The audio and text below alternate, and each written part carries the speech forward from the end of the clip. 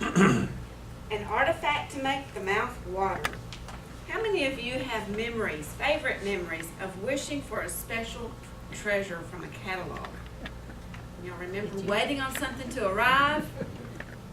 Can you share a story with us? What were you waiting on? What was that special thing you were waiting Well, we wanted new boots, we New wanted boots. saddles, we wanted a new bridle. We never got them, but eventually a little fishing tackle or something would come. Yeah. Great. Anybody else have a story? Waiting for something? I remember green stamps. Oh, I remember green stamps. That's what we had in Tyler. I'm from Tyler. And we saved up for, I think, 2 years to get a little organ. It was about this big, this wide. It stood on really rickety legs. But I waited for that thing forever with green stamps. Well, if you want to study in American history, someone once said, read the Sears catalog. And if you think about it, it is a detailed timeline from 1887 to the present. These catalogs document the evolution of fashion, inventions, tools, and they're complete with detailed descriptions. Even today, Hollywood uses it as an invaluable source book. Catalog sales were important to those living in rural areas like San Saba. Bill and Pat Grusendorf opened a Sears catalog store here in 1978. It was located on Wallace Street, where the Wedding Oak Winery is today. They closed in 1991. The catalog had everything from hat pins to houses. There is one documented Sears kit home at Bend. It was ordered by D.F. Moore about 1912. Pre-cut lumber was shipped from Dallas to Lomita by train and hauled to Bend by wagons. It was L-shaped with 9-foot ceilings, 5 bedrooms, 3 porches, and 4 fireplaces. Well, Mr. Sears did almost everything, and he focused a lot on household goods. He liked irons, I think, not necessarily because he used them, but because the women did. He advertised several irons through the years. A set of 3 sad irons. Anybody ever seen one of these before? Cost 64 cents. And Rosemary has written here, they were the muscle toners. At the museum, we have sad irons, but we also call them flat irons. I actually think sad iron is a better name because if I had to use them, I would definitely be sad. Charcoal irons were the next modern convenience, as the heated charcoal lasted longer. Any of you ever see these before? You did? I've got 3 or 4. You got 3 or 4? Did you ever try to use it, Jimmy? Lord, no. You look at it. Well, the museum has a charcoal iron and early electric irons. Uh-oh. Mikey is messing with the charcoal iron. As we said earlier, catalogs help to document artifacts with their detailed descriptions. Here is an example of enamel coffee boilers described as, now listen to this is Mr. Sears at his best. Gray enamelware formed from a sheet of steel, enameled inside and out, a gray color, slightly tinged with blue, presents a wave-like appearance. I'm not sure why that was good. Ornamental, and get this, free from lead and arsenic. Now that would be a good thing. Yeah. And this is our coffee boiler that we have in the museum, and sure enough, it's got the blue and the wave-like and all that. We also have a coffee mill, like those that we advertised in the Sears catalog. Anybody have one like this? I see these around people's kitchens and antique shops. And long before cell phones and electricity was the hand crank phone and party line, any of you ever have a party line? Oh, yeah. And what did you do when you had a party line? You didn't get to use the phone. Or did you just listen in? See what was happening? That was all they The Vision phone was on the Shaw bin line about 1905, and that made me think about, I wonder what Miss Elsie might have said if she'd been on that phone back then. Catalogs sold various clocks and watches, and you remember that's how Sears got started, and they were ornamental as well as useful. Before the microwave, there was the wood stove. A lot of work just to get a meal on the table. You know, they say you must work for your supper.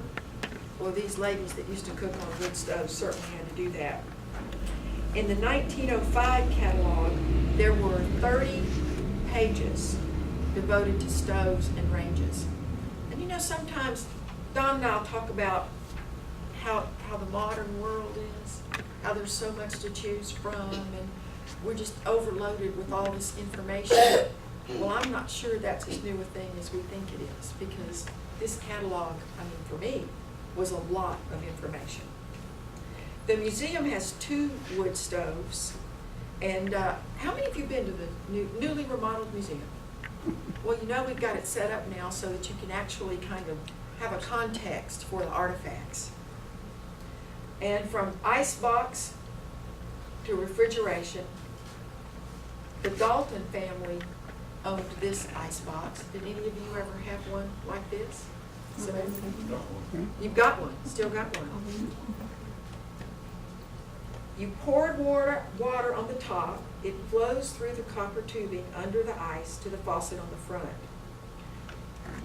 This shows the evolution of laundry from the washboard, which was the low-end product for 12 cents, to the steam washer for a big $5.50. Our wooden clothes washer at the museum was purchased from Sears.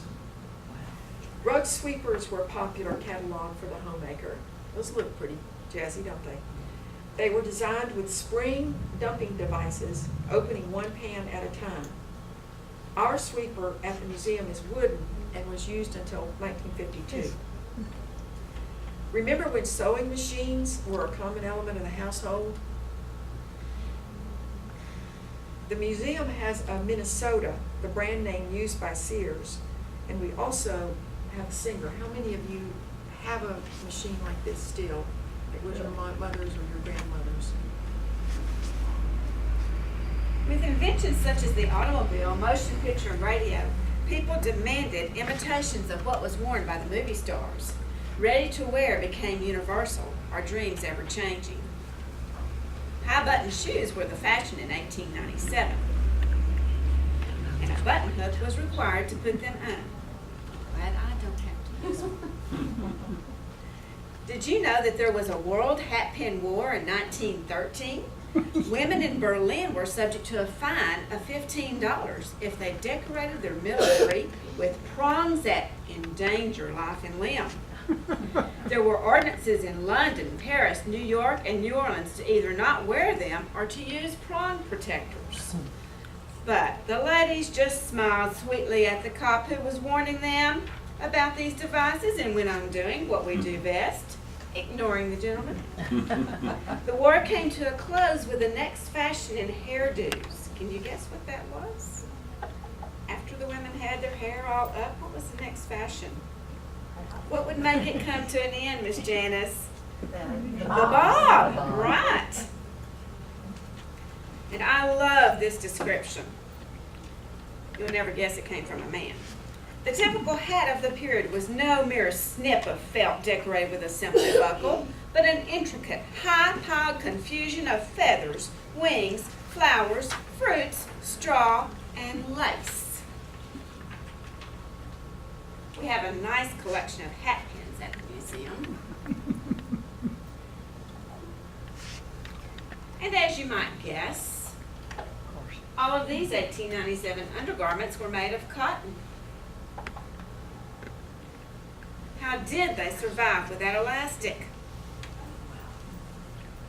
Colors and cuffs were used to dress up simple garments or perhaps to hide a stain.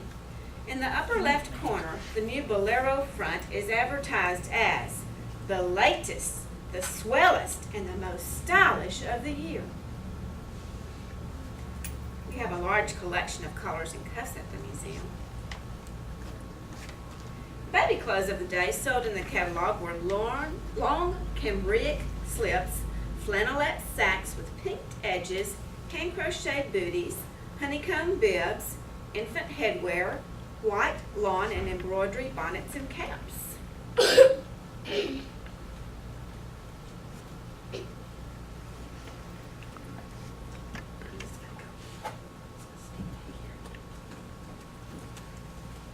As you might imagine, Mr. Sears took advantage of the health and beauty market. And in 1897, Sears advertised a cure for opium and morphia habit in the druggist department of the catalog. After the Civil War, many soldiers and family members were addicted to these drugs because they had been given too much during the course of the war. And there were pages and pages devoted to these fake cures and remedies. Sears catalog had its very own eye test. It helped you diagnose yourself. We do some of that these days, don't we? Diagnose ourselves. These eyeglasses donated to the museum are similar to the ones in our trunk. And the boxes were important as their contents. And this one was for handkerchiefs. Can you see what she's asking? Oh, that's pretty.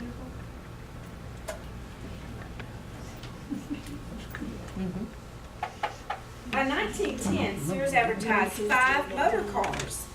The Model L was $495, and 6 gallons of gas filled the tank.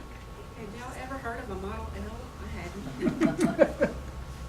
All types of buggies and carriages were advertised in the catalog between $55 and $65. Here's a Taylor buggy we have at the museum. And of course, nothing would be complete if we didn't have a lot of things for the home. So the Sears catalog had a lot of information about home furnishings. Brass and iron beds, ranging from those for babies to adults, were sold, and some even folded. Prices ranged from $1.95 to $42.50. And this is the Dyer baby bed. And I have to tell you a story about this. One day I was the docent at the museum, and Steve Dyer came in, and he took me over to the Dyer baby bed, and he pointed to those little marks that you see there on the rail, and he told me those were his teeth marks.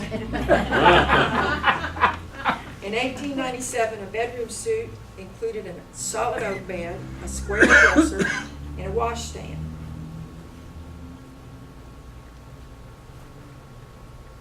Recreation. Oh, I'm sorry.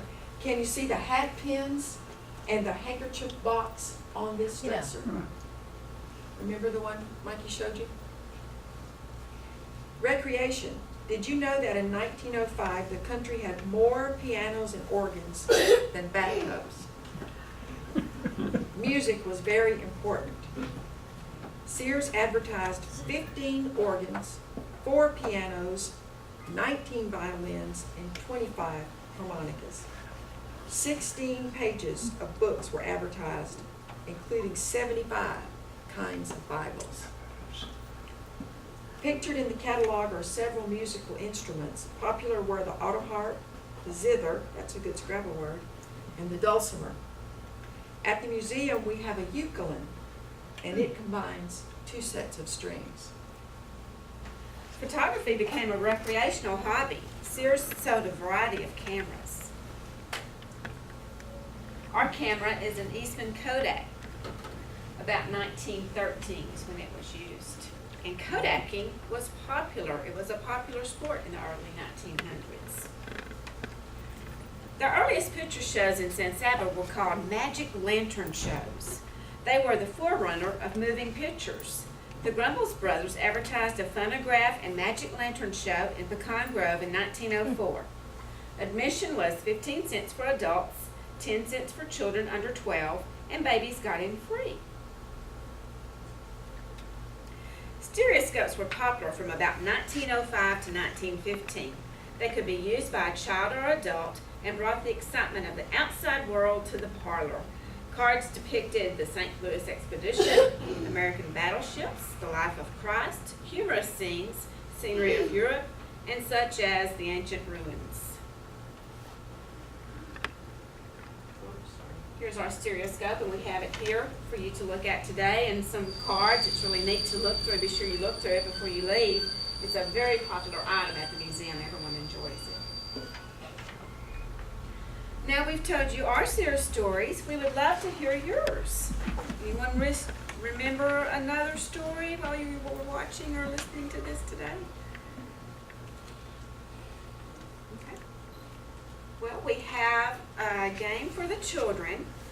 And while the children are doing that, we would like for y'all to fill out your evaluation, your handwritten evaluation. Then Ann is also going to be doing some camera evaluations too. So she may take you and drag you to a quiet spot somewhere. You mentioned the green, saving up the green stamp. You can Mhm. I don't know Hold the what it pen, you is. tell me What what